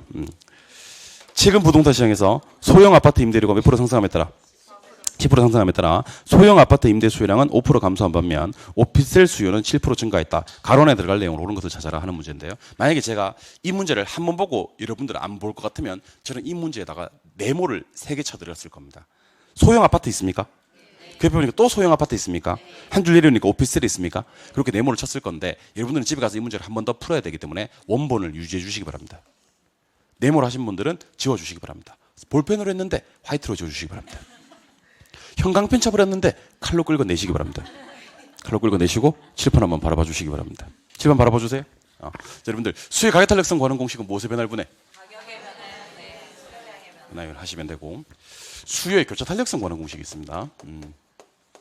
수의 교차 탄력성 구하는 공식은 x제의 가격 변화율 분의 y제 수요량의 변화율입니다. 여러분들 칠판 보시고 대답 좀 해보실래요? 대답 좀 해보세요. 아파트 가격 변화율 분의 아파트 수요량의 변화율은 수의 무슨 탄력성? 가격 탄력성. 아파트 가격 변화율 분의 오피스텔 수요의 탄력성은 교차 탄력성입니다. 다시 오피스텔 가격 분의 오피스텔 수요량은 가격 탄력성. 오피스텔 가격 분의 아파트 수요량은 교차 탄력성. 맞아요? 그럼 지금 소형 아파트 임대료 몇 프로 상승했어요? 10% 상승. 맞아요? 그리고 소형 아파트 수요가 몇 프로? 5% 감소. 맞아요? 탄력성 얼마? 0.5. 0.5는 탄력이야, 비탄력이야? 왜 비탄력이죠? 해놓고 잠깐. 아까 아파트 가격이 10% 상승했다 그랬어요? 한 줄 내리니까 오피스텔 수요는 몇 프로? 7% 증가. 일단 칠판 보세요. 이게 0.7이긴 해. 0.7이긴 한데 0.7은 플러스야, 마이너스야? 플러스죠. 여러분 0.7은 0보다 커요, 작아요? 크지. 그럼 도대체 뭐가 마이너스인데 앞에 마이너스가 있으면 마이너스예요. 마이너스 없으면 다 플러스지. 그럼 이건 무슨 제? 대체제. 대체제인지 어떻게 알았어요? 한놈 가격이 상승하고 나머지 한놈 수요가 증가했으니까 0보다 크니까 플러스니까. 아시겠죠? 그래서 얘는 뭐고요? 탄력성이 비탄력이고요. 그럼 답 될 수 있는 건 몇 번 아니면 몇 번? 2번 아니면 5번. 둘은 무슨 제? 대체제. 근데 제가 이걸 갖다가 왜 네모를 치지 말라고 했는지 아세요? 저는 여러분들 이렇게 풀어드렸습니다만은 여러분들은요 문제를 보면서 10초 만에 이 문제를 풀 거거든요. 다시 문제 풀겠습니다. 자, 아파트 가격 몇 프로 상승? 10%. 아파트 수요 몇 프로 감소? 5%. 그럼 10분의 5 해야 되잖아. 0.5니까 얘는 뭐네요? 비탄력. 일단 답은 몇 번 아니면 몇 번? 2번 아니면 5번. 아파트 임대료가 10% 상승했지. 또 오피스텔 수는 7% 뭐 있지? 증가했지. 하나는 상승, 나머지 하나는 증가. 같은 방향이지. 무슨 제? 대체제. 그러니까 나중에는 이 문제를 보고 바로 답을 체크할 수 있어야 됩니다. 이거 쓰는 거는요, 제가 그냥 써드린 거예요. 서비스로 써드린 거예요. 시험장 가서 이거 쓰고 있으면 안 돼요. 나는 여러분들 부디 이거 안 썼으면 좋겠는데 어떻게 안 쓰실 건가요? 쓰실 건가요? 쓸 것 같은데. 하여튼 뭐 그렇게 하시면 좋겠고. 그러면 2번 문제 같은 문제인데요. 아파트 가격이 16% 뭐였어요? 상승. 근데 그 옆에 보니까 못된 짓 해놨네요. 다세대 주택의 수요량이 몇 프로? 8% 증가 해놓고 못된 짓 해놨네요. 그 옆에 보니까 아파트 수요가 4% 뭐했다? 감소. 그러니까 아까 위에 문제는 그래도 아파트 주고 줄 바꿔서 오피스를 줬는데 이 문제는요. 아파트 주고 다세대 주고 아파트 주고 아파트를 뒤에 빼놨어요. 그렇다고 우리가 모르나? 그걸 가지고 옵니다. 자, 아파트 가격이 몇 프로 상승했어요? 자, 집안 보세요. 아파트 가격이 아까 16% 상승했나요? 뒤에 걸 먼저 읽으세요. 아파트 수요는 몇 프로? 4% 감소했나요? 맞아요? 그러면 이게 탄력성이 4분의 1이거든. 0.25란 말이야. 맞죠? 그럼 일단 대답하세요. 탄력, 비탄력? 비탄력이지. 근데 아까 아파트 가격이 16% 상승했어요? 바로 옆에 있는 다세대 주택의 수요는 몇 프로? 8%가 증가했어요. 증가. 맞아요? 0.5거든. 근데 봐봐요. 이거 뭐였고? 상승, 이거 증가. 그럼 얘는 뭐? 대체제. 왜 대체제? 같은 방향이니까. 맞아요? 그럼 묻는 말만 대답합시다. 일단 가격 탄력성 구해라 그랬네요. 가격 탄력성 얼마? 0.25. 답이 될 수 있는 건 몇 번 아니면 몇 번? 1번 아니면 2번. 교차 탄력성도 구하라 그랬네요. 구하라면 구하지 뭐. 얼마? 0.5. 답은 몇 번이고 일단? 1번이고 둘의 관계는 무슨 제다? 대체제다. 이렇게 처리하시는 겁니다.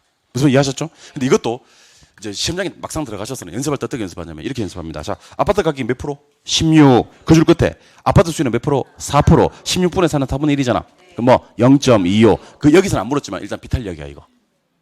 0.25니까 비탄력이야. 그리고 아파트 가격이 16% 상승했지.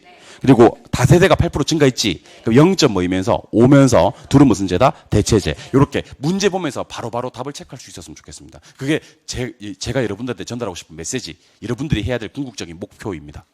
아시겠죠? 그럼 조금 더 재미있는 문제 하나 보여드릴 건데요. 그 밑에 3번 문제. 3번 문제는요.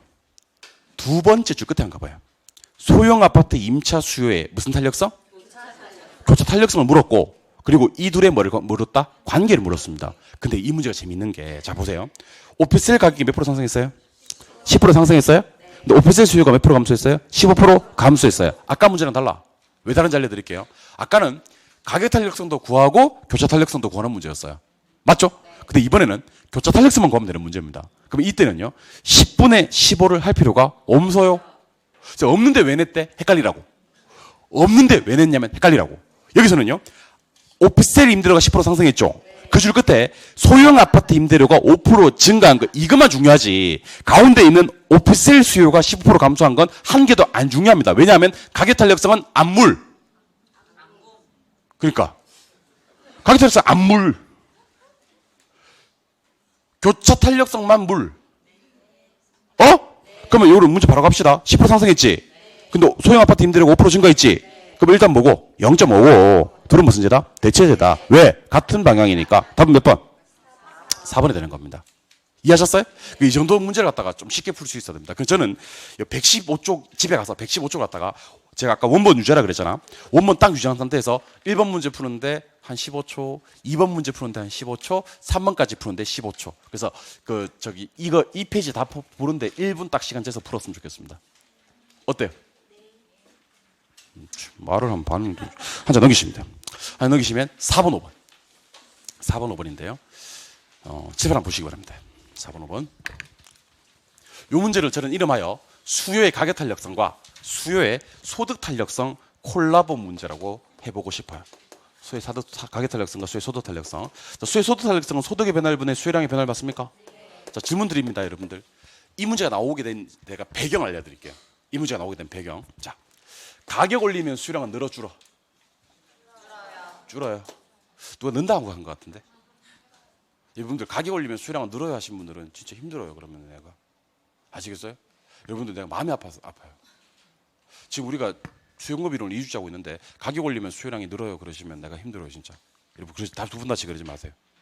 아시겠어요? 예. 다시 가격 올리면 수요량은 줄고 가격 내리면 수요량은 늘고. 정상제를 가정합시다.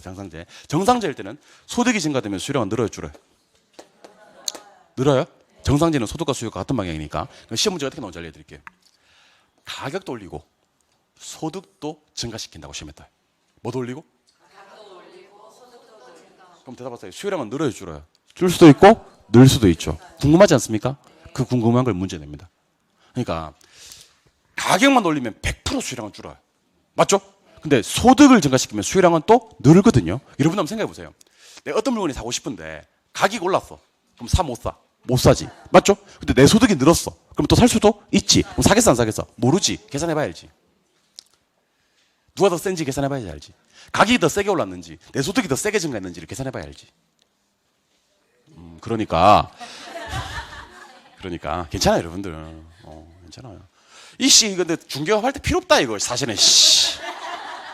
중개업 할 때 어때 한 사람이라도 더하게 만드는 게 중요하지. 필요 없다 이제 찢어버리세요. 시험 끝나고 찢어버리세요 이거. 알겠죠? 예, 시험 끝나고 어디 불태워버리세요. 우리 시험 끝나고 소각장에서 만날까? 소각장에서 이걸 갖다가 일단 시험 칠 때까지는 필요하니까 잘 들어봐요. 가격을 올리면 수요량은 많은데 주는데 소득을 증가시키면 수요량은 늘어요. 그럼 가격도 올라가고 소득도 증가되면 수요량은 어떻게 될까요? 몰라요. 계산해봐야 알아요. 그 계산만 해보자는 얘기예요. 자, 그래서 가보겠습니다.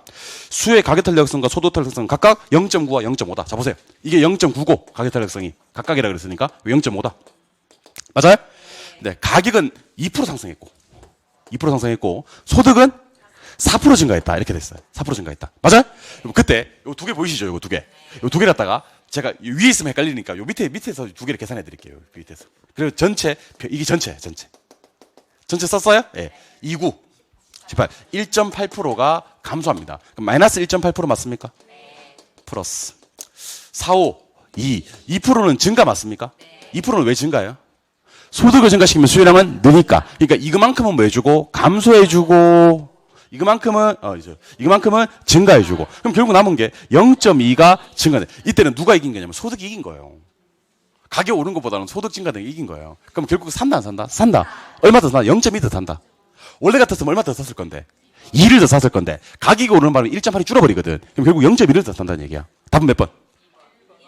1번. 1번. 1번. 근데 요걸 또 응용한 문제가 작년에 나왔던 문제입니다. 4번 문제. 5번 문제입니다. 5번 문제. 작년에 5번에 나왔는데 5번은 조금 더 생각을 해야 됩니다. 5번은 지금 이렇게 합시다. 제가 오늘 목표는 4번까지고 오늘 목표는 4번까지고 5번은 제가 맞추게 해드릴 건데요. 유전적으로 이 문제를 못 맞추는 사람들이 있어요. 유전적으로 이 문제와 안 맞는 사람들은 어쩔 수 없어요. 그분들은요. 민법을 좀 더 열심히 하시고 요거는 제가 5번 문제는 한 반 정도 보거든요. 반. 목표는 이 중에 반입니다. 내가 수험생, 부동산학 개론 수험생 상위 50%에 속하는지 안 속하는지는 지금 판단하지 마시고 지금은 그냥 넘기세요. 나중에 한번 판단해 보시기 바랍니다. 알겠죠? 그러니까 설명드리면 금방 이해하는 사람도 있고요. 지금도 이해한 사람이 있어요. 벌써. 쉽네. 뭐 한 사람도 있고 그다음에 해설을 봐도 모르는 사람이 있고 그래요. 자, 출발합니다. 수혜 가계 탄력성 얼마고? 0.6이고 자 보세요. 수혜 가계 탄력성은 0.6이고 소득 탄력성은 0.5다. 근데 가격은 몇 프로? 5% 상승했습니다. 맞죠? 예, 이거 보세요. 가격은 5% 상승했습니다. 자, 그럼 대답하세요. 가격이 5% 상승하면 수량은 3% 줄어야 돼요. 맞아요? 그럼 마이너스 3% 맞습니까? 근데 이 문제는요. 요거를 구하라는 얘기예요. 근데 3% 줄어야 되는데 결국에는 3% 안 주고 전체가 아까 오른쪽에 있었잖아. 전체가 몇 프로? 1% 줄었대요. 몇 프로 줄어야 되는데? 3% 줄어야 되는데 1%밖에 안 줄었어? 그러면 아마도 누가 증가해서? 소득이 증가돼서 수요량이 2%가 증가된 것 같아. 이게 2%가 증가돼 줘야 1%밖에 안 줄어. 맞죠? 선생님 답은 2%군요. 아니에요. 문제가 뭐냐면 그럴 때 이때 소득의 변화율은 그랬습니다. 무슨 변화율은? 소득의 변화율. 그러니까 얘를 얼마나 변해야지 얘가 2% 증가되면서 결국 1%밖에 안 주는데 그 얘기거든. 근데 이게 얼마라서? 0.5라서 요게 4%가 되는 겁니다. 그 답은 몇 번? 4번이 정답이 되는 겁니다. 무슨 이해하셨습니까? 그러니까 그런 게 있는데 5번은 오늘 수업의 목표는 아니에요. 일단은 당분간은 4번까지. 5번은 이해되시는 분들만. 왜냐하면 5월, 6월 요약 이론 수업 가면요. 지금 여러분들 왜 제가 5번을 보지 말라고 하냐면 이해 안 되시는 분들은 나중에 가면 자동으로 해결돼요. 그냥. 쉽게 해결돼. 그러니까 그냥 한번 보시고 이해 안 되시는 분들은 오늘은 4번까지만 목표로 하시기 바랍니다. 아시겠어요? 아시겠어요? 네. 교재 좀 보겠습니다. 교재. 106쪽. 수업 좀 길어졌네요. 106쪽. 106쪽에 제4절 그러니까 수요와 공급의 탄력성이라는 표현이 나옵니까? 예. 거기 별 2개 때려 주셔야 되고요. 가로 2번 공식 좀 체크해 주시고 오른쪽 페이지로 가시니까 제일 위에 동그라미 1번, 2번 있는데 동그라미 2번 한번 체크해 주세요. 동그라미 2번. 2번으로 내려오시니까 수요의 가계 탄력성이란 말이 한 번 더 나오는데 별 하나 더 때려 두시고요. 개념에 동그라미 1, 2, 3 묶어 주셔야 됩니다. 동그라미 1, 2, 3. 보충학습에 가시니까 정량적 지표와 정성적 지표라고 해서 나와 있습니까? 그 1번, 2번 묶어 주시고 우리는 1번에 있는 정량적 지표만 체크를 한번 더 해 주십니다. 정량적 지표. 가로 2번에 수요의 가계 탄력성 공식이라는 표현이 나옵니까? 예, 동그라미 1번에 최초점이란 말에 네모를 하시고요. 이거는 어떻게 공식 외웁니까? 시작. 원래 변동분, 원래 변동분. 동그라미 2번에 중간점이란 말에 네모하시고요. 이거는 어떻게 합니까? 더해서 변동분, 더해서 변동분. 근데 더해서 변동분 하기 전에 제 밑에 2 있습니까? 그 약분해서 없애주시고요. 가운데 보니까 또 2 있습니까? 약분해서 없애주세요. 그러니까 2와 2는 없애주시고 더해서 변동분, 더해서 변동분 하시면 돼요. 한 장 넘기셔서 오른쪽 페이지로 가시면 가로 3번 수요의 가계 탄력성의 크기와 특성이라는 표현이 나옵니까? 박스가 두 개, 첫 번째 그래프 나오죠. 걔 말고요. 그 밑에 보니까 표 있습니까? 표를 좀 체크하시고요. 제가 제일 처음에 읽으면 여러분들 제일 끝에 읽어주세요. 자, 탄력적일 때는 기울기가 무슨 경사? 비탄력적일 때는? 단위탄력적일 때는? 완전 탄력적일 때는? 완전 비탄력적일 때는? 할 수 있어야 됩니다. 자, 넘길게요. 넘기시면 4번 수요의 가계 탄력성과 기업의 총수입이라는 표현이 나옵니까? 체크 표시 하나 하시고 체크 표시 하나 하시고 총수익 구하는 공식은 가격 곱하기 수량 P 곱하기 Q 맞습니까? 근데 보충학습 밑에 동그라미 1번에 수요의 가계 탄력성이 탄력적인 경우라는 표현이 있죠. 그게 동그라미 디귿 체크하시고 디귿. 이때는 저가 정책이 좋다 그런 얘기를 할 거예요.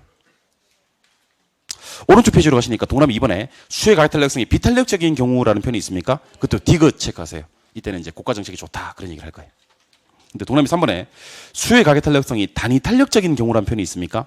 그거는 첫 번째, 두 번째, 세 번째, 네 번째 줄에 가보십니다. 네 번째 줄에 보니까 결국이라는 표현이 있습니까? 결국 옆에 밑줄을 쭉 한번 가볼까요? 가격 변화에 수요량은 변화하고 총 수입이 불변한다. 그러니까 가격을 변하면 수량은 변해 안 변해? 변하고 총 수입이 불변이다. 이렇게 얘기하시는 겁니다. 한 장 넘겨볼게요. 넘기시면 딱 가운데 표가 하나 나올 건데요. 표에다가 체크 표시하시고요. 어떨 때 수요가 탄력적이고 어떨 때 수요가 비탄력적인지 확인 한번 해보세요. 되셨어요? 예. 오른쪽 페이지로 가시면 3번에 수요의 소득 탄력성이라는 제목이 나옵니까? 소득이라는 글자에 네모를 빵 쳐주시고요. 위에다가 정렬중이라고 씁니다. 소득에는 뭐? 정렬중. 그래서 그 밑에 보니까 동그라미 1번에 정상제라는 표현이 있을 거야. 정 동그라미. 동그라미 1번에 열등제라는 표현이 있을 거야. 열 동그라미. 한 장 넘기시면 동그라미 3번에 중간제라는 표현이 있을 겁니다. 중 동그라미. 4번에 수의 교차 탄력성이라는 말이 나올 건데요. 교차란 말에 네모를 빵 치시고 교차란 말 위에다가 대보독이라고 씁니다. 교차에는 뭐? 대보독. 그 다음에 가로 2번에 공식 체크 좀 하시고 일단. 가로 2번에 공식 좀 체크하시고 동그라미 1번 공식 밑에 동그라미 1번 이번에는 중간에 보니까 대체제라고 되어 있습니까? 대 동그라미 2번도 중간에 보 동그라미 3번도 중간에 독 동그라미. 교차에는 뭐요? 대보도. 그리고 제일 밑에 보시니까 수의 가격 탄력성과 교차 탄력성 비교표 있죠? 그것도 별 하나 때려 두시고 소득의 정렬중 교차의 대보도로 구분지어서 정리를 해 두시기를 바랍니다. 책을 한 장을 넘기십니다. 넘기시면 5번에 공급의 가격 탄력성이 나올 건데요. 오른쪽 페이지로 한번 가보세요. 117쪽. 117쪽에 가로 2번에 공식이 보이십니까? 체크하시고요. 제일 밑으로 내려오니까 가로 4번에 공급의 가격 탄력성 결정 요인이라고 되어 있습니까? 거기 동그라미 1번하고 2번을 묶으신 다음에 요거는 제가 한번 읽어드릴 테니까 동그라미 1번, 2번 대답하세요. 동그라미 1번. 당길 때는 공급이 기울기는 잠길 때는 공급이 기울기는 물건 만드는데 시간이 많이 소요되면 공급이 적게 소요되면 그래서 신규 주택은 많이 소요되니까 기준 주택은 적게 소요되니까 한 장 넘기셔서 공급의 가격 탄력성 결정 요인하고 표가 나옵니까? 표 안으로 들어가서 왼쪽에도 동그라미 1번, 2번 체크하시고 오른쪽에도 동그라미 1번, 2번 체크하세요. 그러니까 그냥 장단기랑 소요되는 기간이 짧다 길다는 구분해 달라는 측면입니다. 여기까지가 수요 공급 이론의 탄력성이 있습니다. 완벽하게 정리한 거예요. 좀 쉬었다가 경기 변동과 인플레이션 들어가도록 하겠습니다. 쉬겠습니다.